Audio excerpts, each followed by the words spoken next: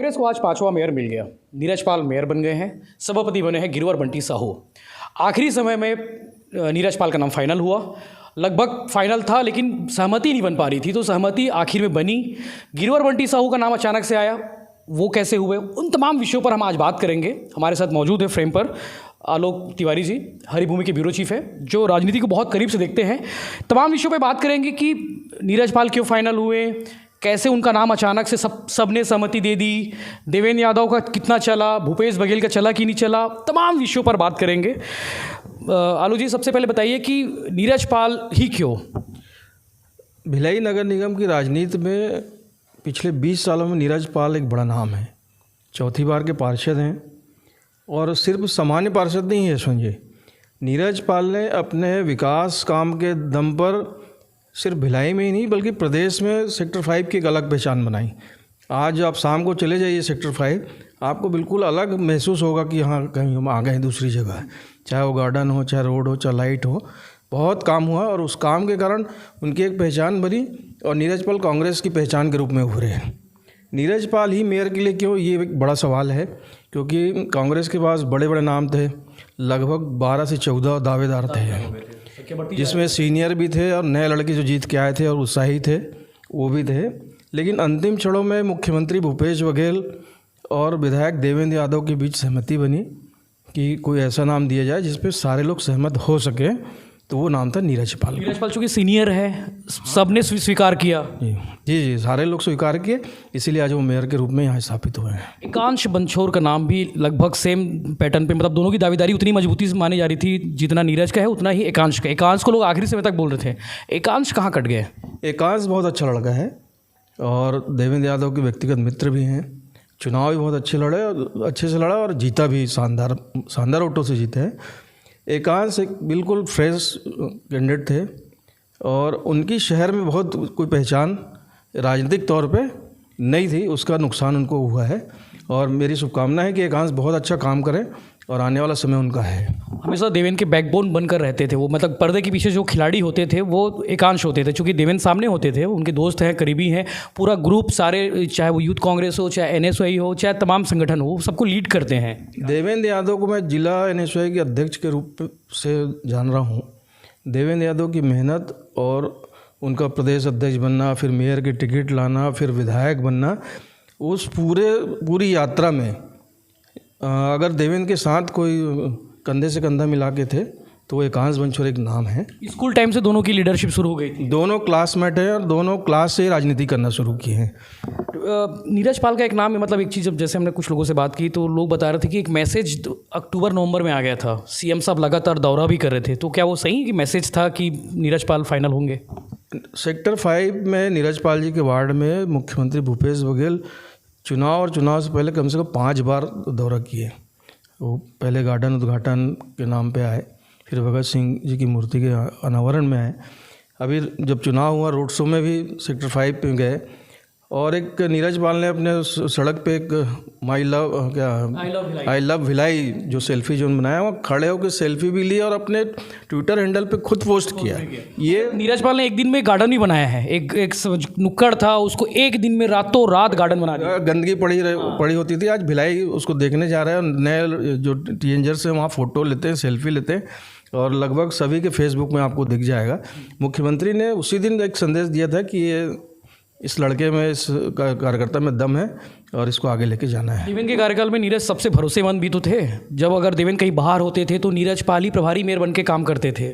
नीरज पाल में कांग्रेस भी भरोसा करती है और देवेंद्र यादव भी भरोसा करते हैं सभी मामलों में, काम के मामलों में और मैनेजमेंट के मामले में, और जितनी व्यवस्था होती है सभी के मामलों में नीरज फिट है। बोलते कम है, काम करते हैं, काम ज़्यादा करते हैं। उनसे भाषण नहीं हो पाता है, लेकिन काम बहुत तगड़ा करते हैं। आज सुभद्रा सिंह अचानक से बवाल कर रही है, क्योंकि लोगों को पहले से अंदाज़ा था कि वो बवाल करने वाली है, उसका क्या बवाल है, उसके थोड़ा विस्तार करें। सुभद्रा सिंह जी तेज तर्रार नेत्रियों में शामिल हैं, कांग्रेस से उनका पुराना नाता रहा है। जब भिलाई नगर निगम पहली बार बना तो पहली बार में ही पार्षद बनकर इस नगर निगम में कांग्रेस के साथ रही और आज भी कांग्रेस के साथ है। महिला कांग्रेस की अध्यक्ष रही हैं। राहुल गांधी की सभा में उन्होंने आवाज़ उठाई और राहुल गांधी उन्होंने आयरन लेडी की उपाधि दी। तो उनका अपना स्वभाव है। बहुत तेज़ हैं, कांग्रेस के लिए आवाज़ उठाती हैं। उनकी एक छोटी सी डिमांड थी कि सामान्य वर्ग के लिए मेयर का पद आरक्षित किया गया है, तो इस वर्ग के लोगों को महत्व मिलना चाहिए। वो खुद ने नहीं कहा कि सुभद्रा सिंह को मेयर बनाओ, उसने कहा कि सामान्य वर्ग के आदमी, किसी व्यक्ति को इस पद के लिए अवसर मिलना चाहिए कि पिछले 2 बार से यहाँ पिछड़े वर्ग के लोगों को, ओबीसी को महत्व मिलता रहा है। केवल इतनी सी डिमांड थी। स्वाभाविक है उनकी नाराज़गी, उनका आक्रोश, क्योंकि जब आदमी 20-20 साल पार्षद रहता है तो चाहता है कि वो आगे बढ़े, और वो कहीं गलत भी नहीं है। एक डिमांड उसकी और थी, उनकी और थी कि वो चाहती थी कि किसी सीनियर को मौका मिले। तो कहीं ना कहीं कांग्रेस पार्टी ने सुभद्रा को मैनेज, मतलब शांत करने के लिए सीनियर को तो बना दिया, लेकिन सामान्य को नहीं बनाया, तो थोड़ी नाराज़गी है उसकी। सुभद्रा सिंह की आवाज़ का ही नतीजा है कि सीनियर्स की तरफ पार्टी का ध्यान गया। अन्यथा एकांश बंचो और आदित्य सिंह जैसे नए लड़के थे, उत्साही थे, और उनके पास मेंबर भी थे। मेरी जानकारी में 42 में 24-25 के आसपास उनकी संख्या है, जो आसानी से रिजल्ट को प्रभावित कर सकते थे वो। लेकिन सुभद्रा सिंह की आवाज़ के कारण ही सीनियर्स को मौका मिला, और जूनियर को मैनेज करने के लिए गिरिवर साहू को उपाध्यक्ष, सभापति के रूप में अवसर दिया गया है। ये एक वजह है। गिरवर साहू का नाम अचानक से कैसे, मतलब पटरी पार में तो और भी नाम हो सकते थे सभापति के लिए जिनकी बात कर रहे थे, चाहे वो संदीप निरंकारी हो, केशव चौबे हो, इनको भी तो बनाया जा सकता था सभापति। वैशाली नगर विधानसभा क्षेत्र में कांग्रेस की बेहद कमज़ोर स्थिति है। वैशाली नगर गठन के बाद से जितने भी रिजल्ट आप उठा के देखेंगे तो कांग्रेस के लिए संतोषप्रद कभी परिणाम नहीं रहा है। केवल एक उपचुनाव को भजन अंकल चुनाव जीते थे, विधानसभा का उपचुनाव, उसके बाद से 25,000 से नीचे का फैसला आता है। और गिरिवर अकेला ऐसा उम्मीदवार है जो लगभग 2800 मतों से वार्ड में चुनाव जीता है। एक तरफा चुनाव जीते वो। उस चुनाव बाकी प्रत्याशी लग नहीं रहते, कहीं मेरा ख्याल है जमानत उमानत न चली गई हो वहाँ के लोगों की। तो अच्छा प्रदर्शन किया गिरिवर ने, इसका उसको उपहार मिला।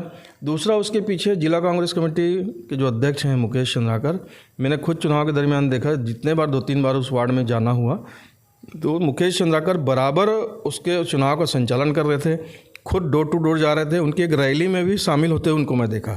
तो मुकेश चंद्राकर की व्यक्तिगत रुचि के कारण भी गिरवर को मौका मिला है। दूसरा, साहू समाज को कहीं ना कहीं मैनेज करना था, क्योंकि रिसाली में भी साहू समाज को अवसर नहीं मिला, अपने भिलाई 3 में मिलना ही नहीं था, है ना। अभी जामुल का कल होना है ना, तो साहू समाज को कहीं स्थान नहीं मिल पा रहा था। और दूसरा, यहाँ भिलाई नगर निगम में निर्दलियों ने एक साहू समाज के तेज लड़के को मेयर के रूप में उतार दिया था। तो कहीं ना कहीं साहू समाज को ठीक करने के लिए गिरिवर का उपयोग पार्टी मैसेज देना चाह रही कि भी हमने भी साहू को उतारा है, साहू के खिलाफ नहीं है, ये पार्टी मैसेज ये दी है। केशव चौबे का भी नाम अचानक से एक दिन उभरा था कि आपने भी खबर लिखी थी, हमने सबने देखा था, मीडिया में भी खबरें चल रही थी लगातार, अचानक से वो नाम आया था। वो नाम कैसे अचानक से आया था उसके बाद? भिलाई की राजनीति में केशव चौबे एक सज्जन राजनेता का नाम है।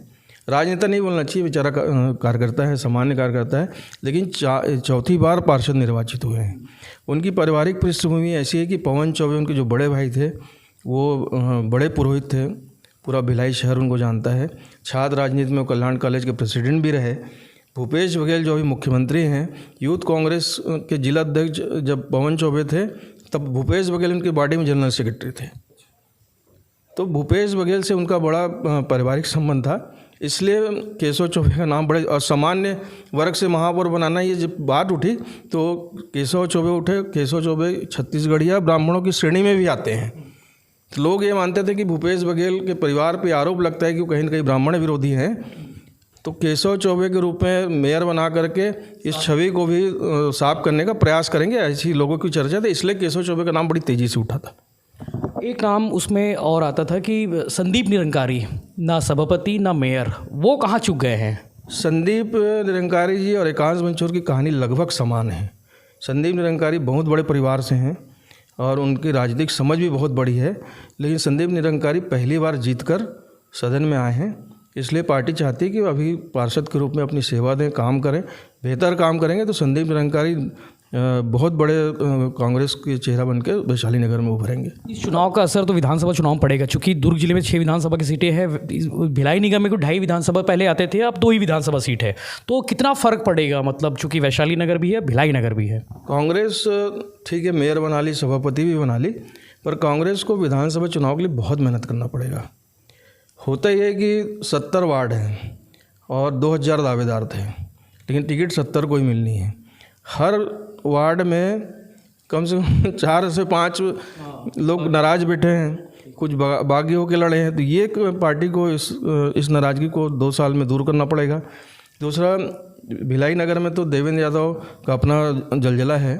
उन्होंने अभी गढ़ भी बना लिया है, टाउनशिप 19 में 16 जीत गए। मैं व्यक्तिगत तौर पे देवेंद्र यादव की यूथ टीम से बहुत प्रभावित हूँ। मैं बहुत सारे नेताओं के कार्यकर्ताओं को देखा हूँ, लेकिन जो समर्पण देवेंद्र यादव की टीम में है वो आज की तारीख में किसी नेता के पास इतनी बड़ी टीम, यूथ टीम नहीं है। चाहे सोशल मीडिया में ले लो, चाहे ग्राउंड में काम करने वाला ले लो, चाहे प्रशासनिक क्षमता में बोलो, no doubt well done team. Devendra ने भी चुनाव में दिखा भी दिया, उनके हर वार्ड में उनकी टीम काम करी है। टीम देवेंद्र यादव की टीम का कोई मुकाबला नहीं। देवेंद्र यादव बहुत मेहनत कर रहे हैं और लगातार उनको इसी तरह मेहनत करना चाहिए। उनमें छत्तीसगढ़ का भविष्य दिखता है।